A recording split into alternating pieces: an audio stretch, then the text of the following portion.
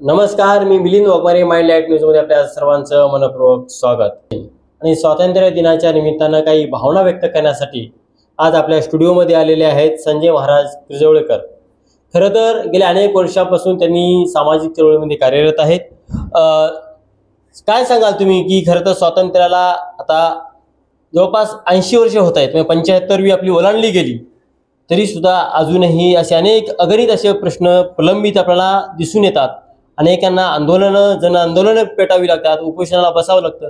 हे आजही आपल्या स्वातंत्र्याच्या 75वी नंतर सुद्धा चालतच आहे. याबद्दल काय वाटतं? मी प्रथमतः स्वातंत्र्य दिनाच्या भारतीयांना हार्दिक हार्दिक शुभेच्छा देतो, देगलूरवासियांना देतो. आणि माझं असं मत आहे की या देशामध्ये भारत स्वातंत्र्याच्या 80व्या वर्षीसुद्धा फार मोठ्या प्रमाणामध्ये जातीयता वाढत चाललेली आहे.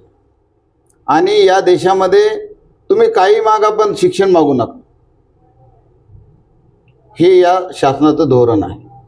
म्हणून आपल्याला प्रथमतः या सरकारला शिक्षण, न्याय आणि दवाखाना, आरोग्य या गोष्टी मोफत देणं गरजेचं आहे.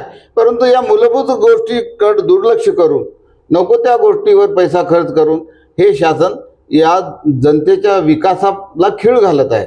जनतेच्या विकासाच्या ज्या गोष्टी आहेत, शिक्षण महत्त्वाचं आहे, आरोग्य महत्त्वाचं आहे, न्यायव्यवस्था महत्त्वाची आहे, या मूलभूत गोष्टीकडे दुर्लक्ष करून नको त्या गोष्टीकडे लक्ष हे सरकार करत आहे. म्हणून या सरकारला या देशातून घालवणं गरजेचं आहे.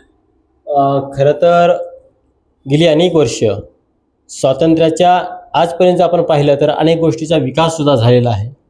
तांत्रिक बाबतीमध्ये झालेला आहे, शिक्षणाच्या बाबतीत झालेला आहे, काही अंशी आपल्या देशाचा विकास झालेला आहे. पण आजही असे कोणते प्रश्न आहेत की ते स्वातंत्र्याच्या 75 वर्षानंतर आपल्याला त्यावरती आपला फोकस करावं लागतं, त्यावरती चर्चा करणं गरजेचं पडतं. कोणते प्रश्न तुम्हाला वाटतात की ते अत्यंत महत्त्वाचे आहेत?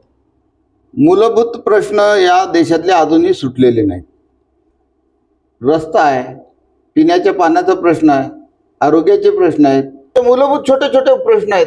हे प्रश्न सोडवणं गरजेचं आहे. शिक्षणाचा प्रश्न आहे. आज ग्रामीण भागातले शिक्षण व्यवस्था या शासनानं उद्ध्वस्त केलेली आहे.